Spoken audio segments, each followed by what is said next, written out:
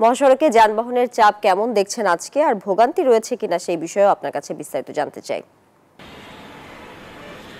তানিয়া, আপনাকে ধন্যবাদ। এই মুহূর্তে ঈদ যাত্রার খবর হচ্ছে যে ঢাকার ইচ্ছা মহাসড়ক, নবীনগর চন্ডা মহাসড়ক এবং আবদুল্লাপুর বাইপেল মহাসড়কে এই সড়কের কিন্তু এখন গাড়ির চাপ কিন্তু বেশ রয়েছে। এবং যেহেতু আমরা যদি দেখাই যে এখানকার যে এখন যে বাইপাইলে রয়েছে, এখন যে নারীর টানে বাড়ি ফিরতে মানুষ কিন্তু বাস টার্মিনালগুলোতে ভিড় করছে। এবং আমরা দেখেছি নবীনগর বাইপাইলে প্রচুর এখনও যাত্রীরা রয়েছে এবং পরিবহন কিন্তু যে সংকট। এবং সবচেয়ে ভোগান্তির কথা হচ্ছে যে মহাসড়কে থ্রি হুইলার অটো এই গাড়িগুলি চলার কথা না, কিন্তু মহাসড়কে সেই গাড়িগুলি চলছে এবং এই থ্রি হুইলার এবং অটোর কারণে কিন্তু পরিবহনের যে যান চলাচল ধীর গতিতে চলছে। এবং আমরা দেখেছি যে অনেকেই কিন্তু পণ্যবাহী ট্রাকে কিন্তু উঠে তারা যাচ্ছে। এবং যাদের যাওয়ার কথা না সেটাও কিন্তু এখন যেহেতু ভাড়া কম, ভাড়া বেশি নেওয়া হচ্ছে এবং টিকিট কালোবাজারি হচ্ছে। এবং যার ফলে ট্রাফিক পুলিশ বা থানা পুলিশ বা হাইওয়ে পুলিশ যেভাবে আসলে তাদেরকে ডিউটি বা বাস টার্মিনালগুলোতে নজরদারি করার কথা ছিল, এখন সেটা কিন্তু দেখা যাচ্ছে না, যার ফলে সেখানেও একটা দুর্ভোগ হচ্ছে। এবং সড়কে উন্নয়নের কাজের কারণে আসলে সড়কে ধীর গতিতে পরিবহন চলছে। এছাড়াও কিন্তু যে আবদুল্লাপুর নবীনগর যে সড়কটি রয়েছে সেই সড়কেও কিন্তু আমরা দেখেছি যে বেশ উন্নয়নের এলিভেটেড স্পেসের যে কাজ, সেই কাজের কারণে কিন্তু আসলে ধীর গতি হচ্ছে।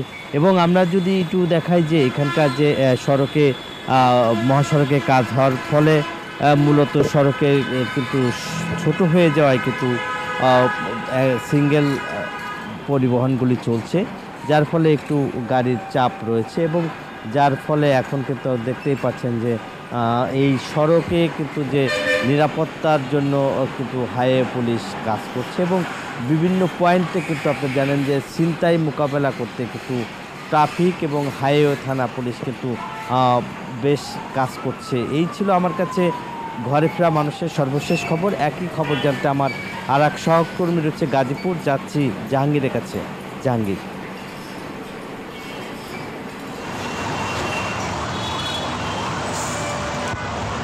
ধন্যবাদ নাজমুল। আমি রয়েছি ঢাকা টাঙ্গাইল এবং ঢাকা ময়মনসিংহ মহাসড়কের যে প্রবেশ পথ গাজীপুরের চান্দনা চৌরাস্তা। আসলে ঈদকে সামনে রেখে সকল বাধা ছাপিয়ে যে সাধারণ মানুষ রয়েছে তারা কিন্তু নারীর টানে বাড়ি ফিরছে। বেলা বাড়ার সাথে সাথে কিন্তু যানজটের সংখ্যাও বাড়ছে এবং যানবাহন এবং যাত্রীদের সংখ্যাও বাড়ছে। আমি যদি একটু দেখাই যে ঢাকা ময়মনসিংহ যে মহাসড়ক রয়েছে সেই মহাসড়কে কিন্তু এক ধরনের যানজটেরই সৃষ্টি হয়েছে এবং যাত্রীদের চাপও কিন্তু বেড়েছে। এবং ঢাকা টাঙ্গাইল মহাসড়কেও কিন্তু একই চিত্র রয়েছে। আমি যদি একটু দেখাই আপনাদের যে দীর্ঘ যে যানজটের যে লাইন, সেই লাইনটি কিন্তু দেখা যাচ্ছে এবং সাধারণ যাত্রীরা কিন্তু তাদের নিজ নিজ গন্তব্যস্থলে যাওয়ার জন্য কিন্তু সকাল থেকেই কিন্তু তারা ভিড় করে যাচ্ছে এবং তারা কিন্তু তাদের নিজ নিজ গন্তব্যস্থলে যাওয়ার চেষ্টা করছে। এবং আইন শৃঙ্খলা বাহিনী যারা রয়েছে তারা বলছেন যে সাধারণ মানুষকে ঘরে ফিরতে সকল ধরনের প্রস্তুতি কিন্তু নেওয়া হয়েছে। তো এই ছিল আমার কাছে গাজীপুর থেকে মহাসড়কের সর্বশেষ তথ্য। আমার আর এক সহকর্মী রয়েছে নরসিংদীতে হৃদয়, তার কাছে জানবো মহাসড়কের খবর। হৃদয়। ধন্যবাদ জাহাঙ্গীর। আপনি যেমনটি বলছিলেন, আমি এই মুহূর্তে রয়েছি নরসিংদী ঢাকা সিলেট মহাসড়কের জেলখানার মোড়ে। আপনাকে যদি একটু দেখাতে চাই, এখানে সকাল থেকে যেমনটি দেখেছি ঈদকে কেন্দ্র করে কিন্তু গড়মুখো যে মানুষ রয়েছে তাদের কিন্তু চাপ কিন্তু এখানে বেড়েছে, একই সাথে বেড়েছে যানবাহনেরও চাপ।